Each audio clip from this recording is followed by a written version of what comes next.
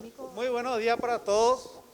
Quisiéramos informarles sobre la reunión que mantuvimos con el excelentísimo presidente de la República, Mario Abdo Benítez, donde le presentamos la propuesta del plan de recuperación económica, los pilares. El presidente nos ha dado instrucciones precisas para posicionar en primer lugar la transformación y reforma del Estado, así como nos ha dado otras instrucciones respecto a darle un énfasis en lo social, en las viviendas, en todo lo que tiene que ver el apoyo y la protección social. La formalización de los trabajadores, un pilar muy importante, el lanzamiento de las grandes obras de asociaciones público-privadas también y una nueva banca pública para el desarrollo. Este plan y los ajustes que nos ha pedido el presidente nos va a tomar unas semanas más para terminarlo y empezar su difusión amplia con todos los actores políticos, sociales, empresariales, conforme la instrucción que nos ha dado el presidente de la República. También vale la pena decir que de hecho tenemos todavía tiempo conforme va avanzando la cuarentena, el esquema de cuarentena inteligente, para que a partir de la última etapa este plan tome lugar de una manera mucho más fuerte. En esta primera etapa, sin embargo, seguirá ese énfasis en aquellas actividades que no tienen restricciones, como por ejemplo la obra pública. Las inversiones van a seguir adelante con mucha fuerza, pero la difusión amplia de este plan lo vamos a hacer seguramente en 1 o 2 semanas más. Y también están aquí el presidente del Banco Central, el presidente del Instituto de Previsión Social, así también el presidente del Banco Nacional de Fomento. Decía que uno de los pilares importantes de esta propuesta que el presidente, digamos que ha aprobado en términos generales con las observaciones y pedidos que nos hizo, es el tema de formalización. Una formalización, pero con protección social. Y es por eso que está acá el presidente del IPS, que quizás pueda después comentar eso. ¿Este plan de recuperación económica implicará más endeudamiento? Eso es uno de los aspectos que vamos a precisar bien ahí en la propuesta que vamos a terminar de ajustar con los pedidos del presidente. Va a requerir un poco más, pero tampoco es un monto significativo, pero eso son uno de los aspectos que vamos a precisar. ¿El pedido del presidente en alusión a qué? Porque se hablan de 3 pilares. Usted mencionaba subsidio, viviendas, construcción, Sí, movimiento y alianza pública. El principal pedido del presidente es poner en primer lugar la transformación y reforma del Estado, y eso es lo que vamos a hacer, incorporado. De hecho, la propuesta tenía alguna medida, pero con las instrucciones que hemos recibido del presidente, ese va a ser el principal mensaje de este plan.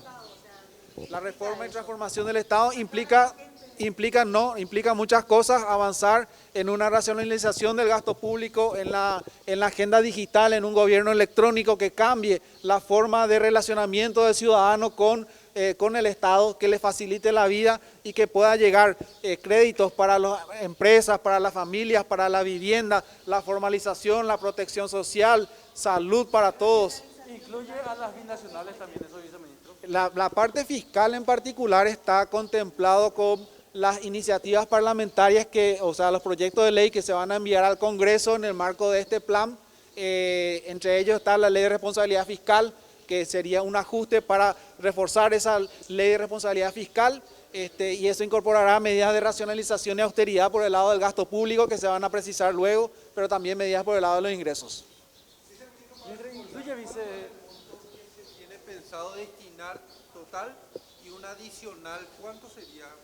Y eso es otro de los aspectos que vamos a precisar con los ajustes que nos ha pedido el presidente, ¿verdad? Pero en principio son los números que más o menos ya maneja la prensa, alrededor de los 2.000, un poco más de 2.000 millones de dólares, ¿verdad? Pero eso se va a terminar de precisar. De los 1.600 millones de dólares, ¿a eso se sumaría?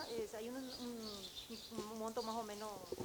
Sí, bueno, los 1.600 sigue su curso, sigue su ejecución. Hemos informado que está más o menos alrededor de los 925 millones de dólares, lo ya ejecutado, un poco más ya a la fecha de hoy, con todos los créditos concedidos, por ejemplo, y las transferencias sociales. Así que esto iría por su cuerda propia, este plan de recuperación con recursos que estaban previstos en el presupuesto, que se van a adelantar, anticipar y quizás con alguna utilización adicional que se pedirá al Congreso para emisión de bonos quizás en el mercado interno. 700 millones de dólares más. ¿Y de dónde se podría? No son 700 más, no son 700 más. Eso es justamente lo que vamos a precisar. Si vos te referís a deuda, es mucho menor. Sí, la idea es que las instituciones financieras públicas, acá está el presidente de BNF que puede precisar, ellos mismos puedan con su capacidad financiera, poder movilizar recursos de organismos internacionales multilaterales para llegar con créditos de largo plazo. Estimación del endeudamiento, entonces, para aproximarnos nomás, viceministro. No quiero anticipar los números, pero es más o menos lo que salió en la prensa, va a ser un monto menor en realidad. Sí. $600 millones independiente a los 1.600 o sumado a ellos. Es independiente, sí. No es deuda, reitero que no es deuda, son recursos ya comprometidos con proyectos en ejecución que se van a anticipar, o sea, esto no es nueva deuda, va a haber un componente de nueva deuda, pero va a ser menor, y eso es lo que vamos a precisar. Antes de este préstamo de 1.600, digamos. No entendí. O sea, son préstamos anteriores ya a este para emergencia. Sí, así mismo, así mismo.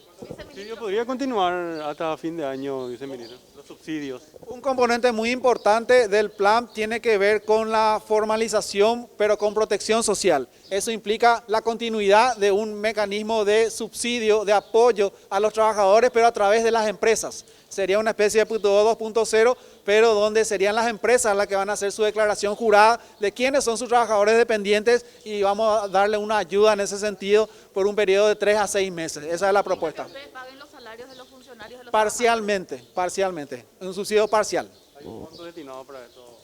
Y eso es una de las cosas que están estudiando, pero el monto estaría alrededor de los 250 millones de dólares aproximadamente. A la banca pública, de la cual menciona también que es otro de los ejes. Ahí usted hablaba de 400 millones de dólares. Ese sería el endeudamiento. Bueno, ahí puede entrar en detalle el presidente del BNF que está por ahí, ¿verdad? Pero ese sería el monto que más o menos aproximadamente. ¿A No sé, partir presidente, de si quiere. cuándo entra en vigencia este plan de reactivación? Como dije hace rato, esto está, por supuesto, coordinado con el esquema de cuarentena inteligente y conforme vayamos avanzando en la última etapa, vamos a implementar plenamente, pero desde ya el impulso a la obra pública que no tiene restricción va a seguir ¿Y adelante. cuánto tiempo puede llevar una reactivación total de la economía? Este segundo semestre tenemos la plena confianza y seguridad que con la recuperación natural que se va dando conforme se van permitiendo más actividades y con este plan de recuperación vamos a ver unos números muy positivos ya en el tercer y cuarto trimestre del año. ¿Se avisara de una crisis económica, viceministro? No, estamos lejos de eso. Estamos lejos de eso. Viceministro, el plan de reactivación requerirá de la presentación de un proyecto ante el Congreso. ¿Eso cuándo sería? Sí, efectivamente. Va a requerir ciertos ajustes legales. La idea es quizás presentarlo todo en un solo proyecto, poder hacerlo lo antes posible. Esa es una de las cosas por la cual nos vamos a tomar 1 o 2 semanas más en preparar ese proyecto de ley de manera tal a poder enviarlo ya lo antes posible al Congreso y tener las facultades para poder implementar este plan de recuperación de manera rápida y oportuna. El plazo, digamos, de ejecución de todo este plan.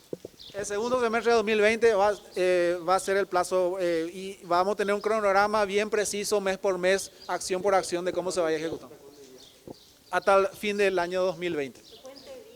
AFD y otros empréstitos. Claro, BNF y AFD principalmente movilizarían recursos con deudas que ellos asumirían en principio, pero también haríamos la capitalización al fondo ganadero, entre otras medidas del lado financiero. Y yo diría que los temas principales aquí son empleo, un fuerte énfasis en empleo con las obras públicas.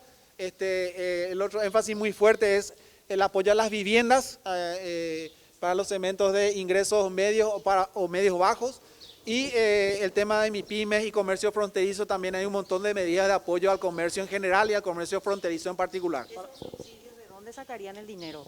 Los subsidios, la idea es reasignar recursos, bueno, en realidad va a quedar también recursos remanentes del actual subsidio PTO, va a quedar un recurso importante ahí y eso se va a complementar con otros recursos que vienen también del presupuesto o recursos que nos permiten la ley de emergencia. Para las ciudades de frontera, ¿cuál sería la asistencia, viceministro? Ciudad del Este principalmente, Pedro Juan, Salto de Guairá, que están bastante preocupados. Hay un paquete de medidas bastante amplio para todo el comercio y para el comercio fronterizo en particular. Reducción de costos al comercio es un elemento importante. La reconversión productiva también es otro elemento importante. El apoyo al courier fronterizo, con un esquema de courier fronterizo es otro elemento importante. Y las transferencias a los trabajadores que también ellos pueden, por supuesto, recibir, así como los demás sectores.